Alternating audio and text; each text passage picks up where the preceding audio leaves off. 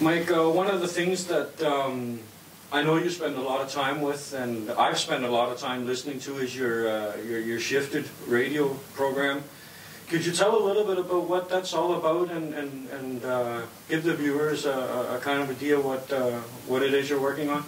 Yeah, it's a platform or program I've been kind of working on the side for some time now, since basically 2008, when I realized that as athletes we have a whole lot of spare time to do things. So I just chose to be productive with my days and try to learn as much as I could. A few years ago, I said, okay, what do I really feel makes me better as a hockey player? And I tried to create something that would be useful as a tool to younger hockey players and to anybody who would need it. It's a combination of stats and notes compiled into a game report for youth hockey players, and actually my brother and I have been using it on each other for a number of years now. So it's a good learning tool that I think has done pretty well for us for the first couple years of doing it now.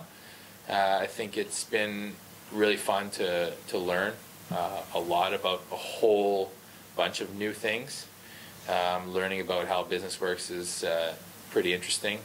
So I've spent some time doing that, and it's like a new challenge to me because I'm not completely comfortable in that arena yet, but it's really fun to have that build, that climb to where I want to be dominant in another area, and I think that's been the best part about it, to be honest. And it's forcing me to learn and put out more valuable information. And the whole premise behind it is to help people understand that there's a different way of thinking about things and how to perform better, not just as an athlete, but as a person, whether that means sleeping better, nutritional habits, or whatever that means, and whatever tactics you can use to help you be a better athlete or a better whatever you're doing. I think that's what I feel pretty passionately about, and I've used that to help me in my own game. And when some younger guys need some advice and they come to me, I can draw upon those experiences. So I've listened to a lot of programs, especially like where you interview some guests who also have a really good resume behind them that kind of talk about what they've experienced throughout their career, and it kind of gives a perspective that is hard to get in a little country like Denmark, where things Metalligaen is just Metalligaen, where in NHL and AHL it's so broad that you don't really understand how big it is. Yeah. So in that way I got a lot out of it. So keep up the good work. I'm glad. We're trying to bring that perspective to people, to show them what it's really like. I mean, a really honest assessment of what the journey is like for players. The good, the bad parts, the parts that are difficult, the parts that are easy, and what each person brings to it and what mindset they bring to it, because it's really fascinating to me to understand why people are where they are. Nobody's wherever they are by accident. They get there with a purpose, and it's all about the choices that we're making. And I find that the mindset is so different from person to person. So I'm really interested to learn about all that. If I ask you to pick the best moment of the season this year, are you able to do that? I think there's so many moments throughout a year that you remember, especially you take with you. It's not really ever about the final score. It's just little moments where you reach a milestone within the team. Like whether we finished in the top 6 or we win Game 7. That's little things like that. Playing in that, the Final Four was pretty cool to win the first game, and then playing in the finals, it was good. It was just a unique experience. Obviously, playing in the semifinals against Herning will, it'll sting for the loss, but you know, always remember that kind of stuff. And then for me, you know, the last game for sure, when a lot of the guys came up to me and you know, they had a lot of good things to say, and you know, I'll remember those things. I remember every single thing that all the guys said to me, and I thought it was really, really nice of them to come up and do that. To finish off here, I thought about you talked a lot about, or we've talked together throughout the season about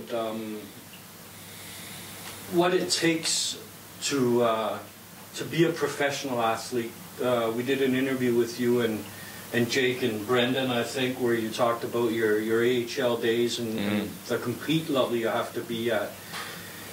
Now you've tried a year in the Danish league. How do you assess this league as compared to some of the other leagues that you've played in? Well, I think the league is good. It's far better than people will imagine. In saying that, you know, all the leagues in Europe are all getting better. You know, I've played in a few of them now, but they're almost always better than you anticipate going into it, because in North America we have this view that, you know, they don't play hockey anywhere else in the world. But obviously they don't think that, but you know, like they try to think that, like, hey, you know, we're the best in North America. But it's not really the case. I think it's just the best league is there. We have a lot of players, but so many countries are making huge strides, and it's really fun to see, you know, countries like Denmark, Sweden. Obviously, they've been around in like the top echelon of hockey for a while, but a lot of countries that are making some significant progress, and they're pushing, you know, the boundaries, and I think it's really, really good, and it's good for the sport. And I know that the sport is growing in Europe, and it's really fun to see that. I think it's going to make for great competition going forward. I think that the more that the game is played here, and the more people understand about how it all works, like the whole system of how professional hockey works, as more of the common people start to understand it, not just the athletes, I think it'll push the growth of the game even further, faster, so that we're you know, pumping out bigger or smarter hockey players, and that's, you know, what's going to make all the difference if these kids are, you know, educated on what it's like to play hockey from a younger age, and what it's like to win. Because when you learn how to win, you understand what it feels like to lose. Because most people don't get to win, like we were talking about before, on a year-to-year basis. And the losing gives you a little bit of a chip on your shoulder, and it gives you a little bit of motivation to come back stronger for the year after. And I think we often neglect those, and in North America we're starting to, you know, give less meaning to the loss, because we're trying to say, like, you know, hey, let's move everyone along, sort of thing, and we're losing out on the losing, because the losing is important if you know what to do with it. The winning is what you want to do, but if you can learn from a loss, you're going to win more. You're going to win more, and you're going to win more. And I think that that's just something that I've noticed. And in terms of like the sport in this country, I think it's growing. I think it has a lot of good potential here. You know, there's a lot of athletic kids here, and I think that the communities getting behind each team is going to be super important. The growth of the teams, whether it's on social media or, you know, the results that they have in the seasons, will help push that further. And I think it's very positive, and I'm actually happy to have been part of it at this point, and I know it's going to be even better going forward.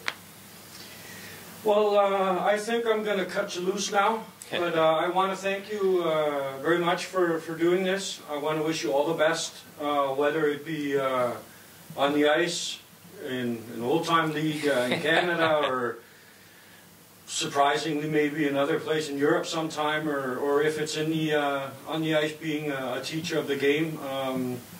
The great personality you have, I know, is gonna win a lot for a lot of people. So good luck with that, and just thanks a lot, and good luck.